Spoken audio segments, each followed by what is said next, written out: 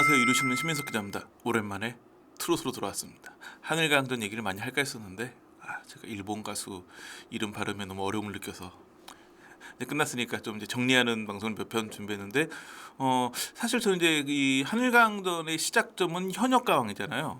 현역가왕을 보면서 현역 가수들이 나와서 국가대표를 뽑는 프로그램인데 아무리 뭐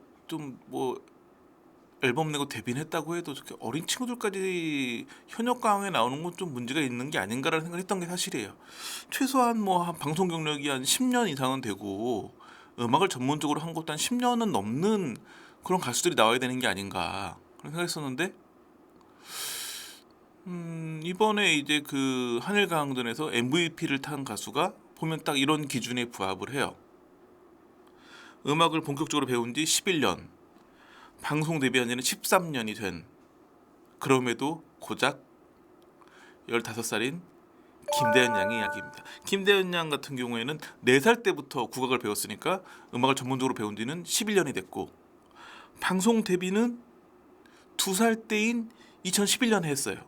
왜냐면 아버지인 김봉곤 훈장이 이제 방송을 좀 많이 하면서 이제 가족들이 방송에 많이 나왔던 거였는데, 그래서 2살 때부터 방송에 꾸준히 나오다가 가수 데뷔한 건 2020년이에요. 그때 이제 청학동 국악자매라고 하는 이제 팀으로 데뷔를 해가지고 경산안내라는 노래를 발표했는데, 이 팀의 일원은 이제 김봉곤 훈장의 둘째 딸인 김도연 양, 그리고 셋째 막내 딸인 김다현 양이었었죠. 그리고 그 같은 해 김다현 양은 솔로곡인 꽃처녀를 발표하면서 솔로 가수로도 데뷔를 했죠. 그리고 그 해에 이제 비로소 그 트롯 오디션 프로그램 출연하면서 엄청나게 화제가 됐죠. 지금까지도 앞으로도 깨지기 힘든 기록 트리플 톱3예요. 2020년 MBN 보이스트롯에서 2등, 2021년 TV조선 미스트롯에서 3등, 그 다음에 2024년 MBN 현역가왕에서 또 3등, 3번의 트롯 오디션 프로그램에서 모두 탑3의 이름을 올린 대단한 기록이죠. 이게 한 번 할 때마다 막 수백 명, 수천 명씩 몰려드는 이 경쟁을 뚫고 탑3에 든다는 게 정말 대단한 기록인데, 그럼에도 아쉬움은 있죠. 그 스포츠 선수들도 보면 엄청난 레전드 스타들이 있어요. 얼마 전까지 손흥민의 동료였던 해리 케인 같은 선수, 엄청난 골잡이인데 우승 반지가 없어요. 야구나 축구 보면 엄청나게 잘하는데 우승 반지가 없는 선수들이 있기 마련이거든요. 김대현 양이 약간 그런, 늘 톱3 안에 드는데 우승이 한 번도 없었던 아쉬움이 있었는데, 이번에 그 아쉬움을 확실히 날렸죠. 하늘강전에서 우승자에 해당되는 MVP를 받게 됐고, MVP 1등하면 좋지만 또 이제 이런 프로그램들을 보면 특전이 주어지잖아요. 대부분이 이제 데뷔곡이 주어지는 건데, 이번에도 역시 노래가 주어지는데 데뷔곡은 아니겠지만 데뷔곡인, 왜냐면 이미 데뷔해가지고 15살인데 벌써 발표한 노래가 34곡이나 되는 김다현 양이지만, 이번 MVP 특전은 상대국 국가, 즉 일본에서 데뷔할 수 있는 특전이 주어지죠. 그러니까 일본 데뷔곡을 선물해 주는 건데, 그러니까 아무래도 제가 처음에도 얘기했듯이 이번 프로그램에 출연했던 일본 가수들은 한국으로 진출을 많이 할 것이고, 한국 가수는 일본에 진출을 많이 할 거예요. 김다현 양은 어떨까 싶었는데, 왜냐면 김다현 양도 마지막에 이제 마지막 무대에서 일본어 노래를 불렀는데, 처음에 일본어 노래를 안 불러가지고 김다현 양은 일본 진출에는 계획이 없나 싶었는데, 마지막 무대에서 엄청난 무대를 선보였고, 게다가 이번에는 공식적으로 일본 데뷔할 수 있는 기회가 주어졌기 때문에, 지금까지는 차세대 트롯 퀸이라고 불렸다면 이제는 K 트롯 퀸이라고 불려도 되지 않을까 싶을 만큼 대단한 기회를 잡게 됐죠. 김다현 양이 이번에 이제 그 하늘강전에서는 무대를 총 4번 선보였는데, 워낙 출중한 무대다 보니까 이게 편파 심사 논란이 불 정도로, 왜냐면 90대 10이라고 하는 엄청난 기록의 무대를 2번 연속 선보였으니까. 그래서 대단한 그런 무대들 선보였는데, 한번 살펴보면 첫 무대는 자체 탐색전에서 홍진영의 따르릉을 부른 무대였었는데, 그때 이제 보면 약간 이제 그 가위바위보도 치면 안 되는 하늘던, 그리고 약간 트롯이 감성적인 노래가 많으니까 처음에 이제 한두 번 무대가 펼쳐지면서 다소 무대가 가라앉고 있었는데, 홍진영의 따르릉을 부르면서 김다현 양이 칼각 셔플 댄스를 선보이고 표정 너무 깜찍하고, 그래서 분위기 자체가, 방송 분위기가 확 바뀔 정도였는데, 문제는 뭐냐면 누구나 화려한 댄스나 퍼포먼스를 선보이고 싶죠. 그게 잘 안 되는 이유는 뭘까요? 댄스 가수가 아니기 때문에 이런 걸 하면서 완벽한 가창력까지 선보이기가 쉽지 않은데, 김다현 양이 이날 보면 발성 굉장히 탄탄하고, 그다음에 음정도 전혀 흔들림이 없고, 그래서 이 친구가 아직은 나이가 어리지만 굉장히 기본기가 탄탄한 가수구나라는 느낌을 확 받을 수 있었죠.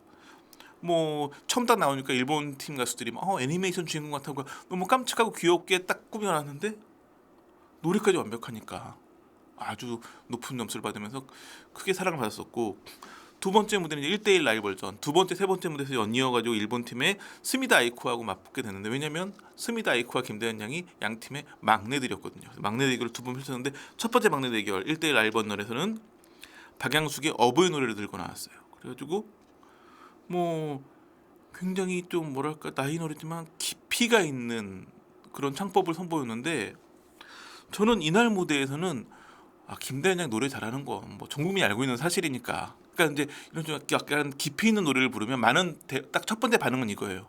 어머, 저 나이 어떻게 저런 노래를 불러? 왜냐하면 약간 깊이 있는 노래들의 특징은 뭐냐면 노래를 잘한다고 다 잘할 수가 없거든요.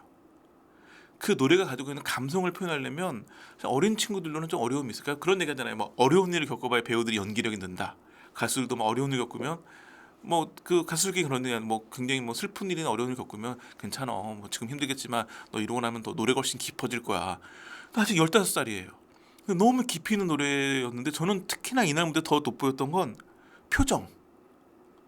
그러니까 이미 그 영상을 보지 않고 그 오디오만 들어도 완벽한 노래였지만, 이날 영상을 꼭 봐야 되는 가장 큰 이유는 김대현 양의 표정이 그 감성을 너무 제대로 살려주고 있어요. 그래서 어떻게 정말 저런 기구한 어떤 이런 정서를 어떻게 저 나이에 표현할 수 있을까라는 느낌을 받을 정도로 굉장히 뛰어난 무대를 보이면서 뭐 역시 이번에도 아주 좋은 점수를 받았었죠. 세 번째 무대부터 이제 문제 90대 10이 펼쳐지는데, 세 번째 무대는 이제 후반전에 펼쳐졌던 숙적 대결 또 막내전이었어요. 여기서는 안정혜의 대전 브루스를 들고 나왔죠. 이 노래는 뭐 모두 알다시피 폭발적인 가창력이 필요한 노래였고, 김대현 양은 여기 딱 맞는 폭발적인 가창력을 선보였죠. 게다가 이 노래는 시작부터 엄청난 고음으로 시작되는데 뭐 전혀 흔들림 없이 시작부터 엄청난 고음으로 노래를 소화하기 시작했죠. 그리고 전혀 나이가 믿겨지지 않는 성숙한 감정을 너무나 잘 표현해냈어요. 그러다 보니까 일본 팀의 이제 맏언니인 우타오코로 리에가 베테랑님이라고 부를 정도로, 그러니까 일본에서 왕건, 일본에서 막 굉장히 가장 나이도 많고 경험도 많은 가수가 한국 팀 가장 어린 김대현 양에게 베테랑님이라고 부를 정도로, 노래를 들으면 오디오로만 들으면 이게 지금 10대가 부르는지 70대가 부르는지 알 수가 없는 성숙한 감정이 그대로 표현되면서 진짜 잘한다 싶더니, 이때 보면 이제 그 무대가 끝나고 나면 연예인 심사위원단의 점수가 발표되게 중간 점수인데, 거기서 90대 10 압승을 거뒀고, 이제 무대 모두 다 이제 끝난 다음에 그 국민 판정단 점수까지 더한 점수는 170대 30, 뭐 압도적인 승리를 거뒀죠. 마지막 무대가 이제 하이라이트인데, 왜냐면 마지막 무대는 앞서 말씀드렸다시피 김대현 양이 노래 잘하고 좋은 가수라는 걸 대한민국 국민들은 다 알죠. 그런데 김대현 양을 한국에만 둬선 안 되겠네, 일본에 보내야겠네라는 느낌을 확 받게 하는 무대였어요. 이날 김대현 양이 부른 노래는 스가루 해변의 겨울 풍경. 저는 뭐 처음 들어보는 노래 제목이었지만, 이 노래는 일본 엔카를 대표하는 노래, 그러니까 일본 국민이라면 아무도 모르는 사람이 없을 노래라고 하더라고요. 김대현 양은 왜 이 노래를 선택했냐라는 선곡 이유를 뭐라고 밝혔냐면, 일본에서 많은 분들이 이 노래를 아신다고 하더라, 그래서 선택했다. 근데 이 김대현 양은 선곡 이유도 굉장히 좀 가슴이 와닿는 게, 김대현 양이 두 번째 무대에서 선보였던 그 박영숙의 어부의 노래를 얘기할 때는 뭐라고 설명했냐면, 일본 대중분들에게 이 노래를 꼭 들려드리고 싶었다. 잔잔한 감동이 있는 노래니 즐겨주시기 바란다.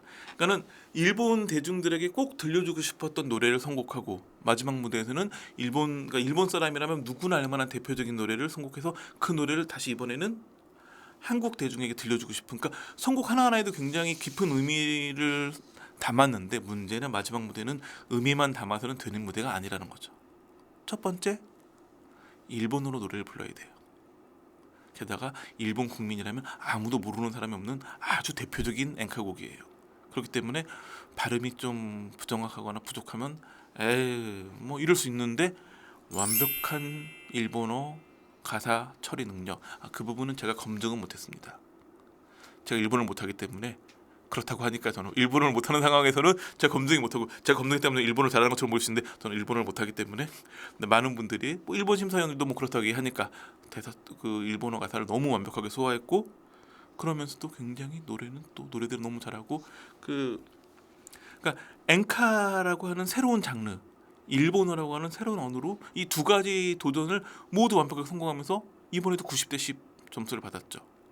특히나 이 무대에 대해서는 이제 의미도 남다른 게 있는데 이 한일강전, 그러니까 가위바위보도 치면 안 되는 한일전이긴 하지만 1회부터 6회까지 방송을 보면 굉장히 축제 분위기로 방송이 됐거든요. 그러니까 이 방송은 한일의 대결이라는 측면보다는 서로의 문화를 이해하고 존중하며 교류하기 위한 축제장이라는 큰 틀이 굉장히 육회 방송 내내 잘 꾸며져 왔거든요. 한국 가수가 일본어로 일본 노래를 부르고 일본 가수가 한국 노래를 부르고 하면서 서로의 노래를 이해하고 서로의 문화를 교류하고 그러다 보니까는 마지막에 MVP 수상할 때는 김진표 국회의원까지 나와가지고 이런 한일교류의 의미를 얘기했었는데 그 김다현 양이 스가로 해변의 겨울 풍경을 부르고 나니까 일본 심사위원인 료가 하루키가 일본에서는 모르는 사람이 없는 노래인데 그 노래를 한국의 15세 소녀가 불렀다는 이 부분이 굉장히 놀랍다고 하면서 이 부분은 굉장히 감동했고 이런 부분이 이 프로그램의 의미가 아닐까 싶다. 그러니까 이렇게 한일 교류가 되고 있다라는 부분에 뭐 한일 교류에 대해서는 뭐 여러 가지